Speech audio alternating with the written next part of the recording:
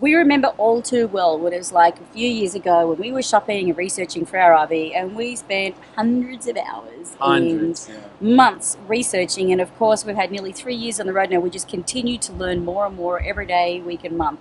I'm sure that will never stop. So as you probably know, we were in Quartzsite for a couple of weeks in January, and it was a fantastic opportunity to meet and connect with a lot of our fellow YouTubers and full-time RVers. So we rounded a few up and asked them what advice they would have given themselves when they were first starting. See what they got to say.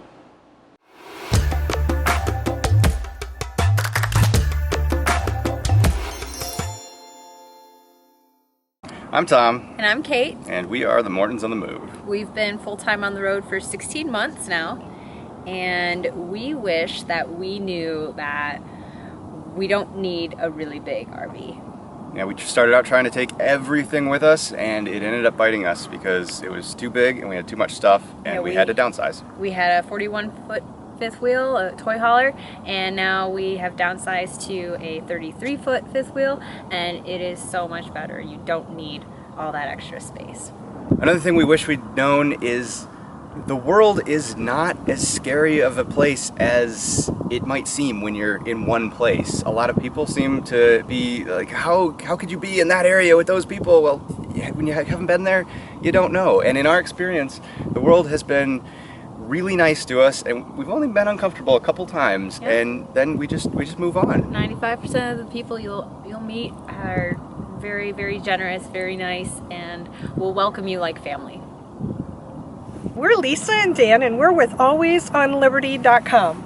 4 years ago when we started RVing, we should have thought about it a little bit more and purchased a pre-owned unit instead of a brand new unit. After 20 months on the road, we decided that the brand new unit we had purchased was not what we needed to be full-time RVers. It didn't fit our lifestyle at that point, so we took a big loss in depreciation when we bought the unit, and then another loss when we bought the second unit. So financially, I would advise people to shop around, be sure of what floor plan you want for what you're going to do, and let somebody else pay that depreciation instead of you assuming that responsibility for it on your first purchase. Hello, I'm Gary. And I'm Stacey. And we're Powhana Travels. We have been RVing for 4 years. This is our fourth rig. We started out with a 27-foot bumper pull, went to a 38-foot toy hauler, then went to a 43-foot fifth wheel.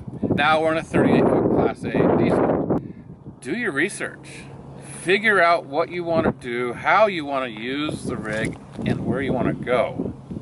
Go out and step into a rig. Sit in the bathroom. Jump in the shower. Sit at the dining room table. These decisions are huge factors if you're going to love your rig or hate your rig. We speak from experience.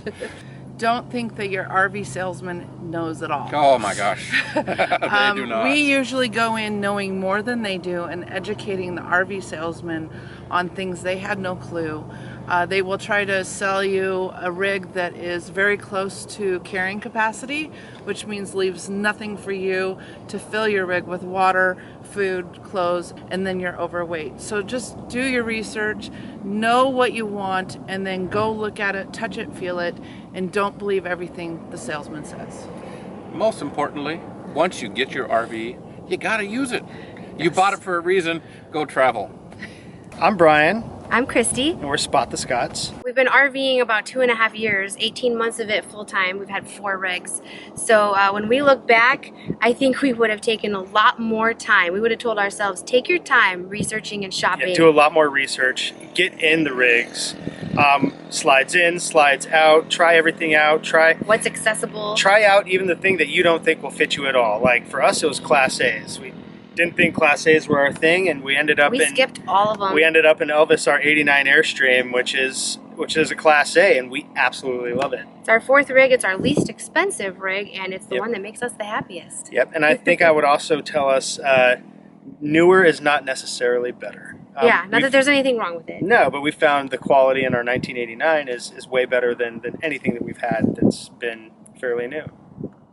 I'm Kaylee. And I'm Josh. And we're the Freedom Theory. And we've been living in our 33-foot fifth wheel for 2 years. And looking back, the thing that I wish I had done differently or known more about before starting to RV was actually trucks, because we pull our fifth wheel, and I knew nothing about big trucks. We ended up getting very lucky. We got one with the tow package.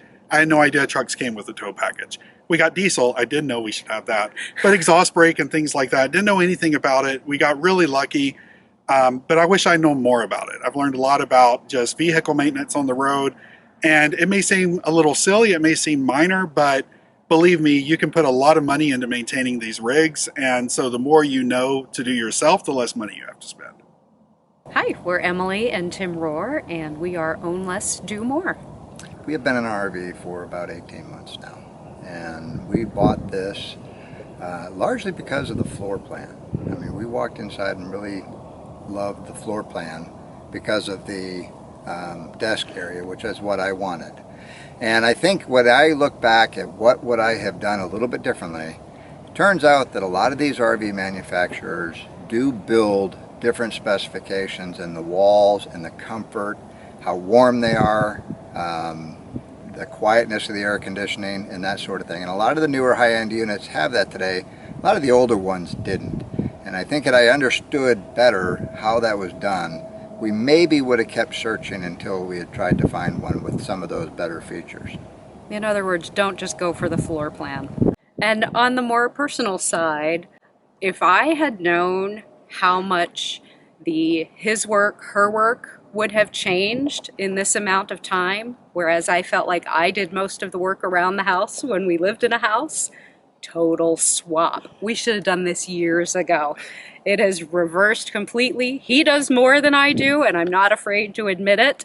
And in about 20 years, we'll probably have evened out. So to wrap it all up, we agree with all of these guys. Yes. And we would say, just don't rush it.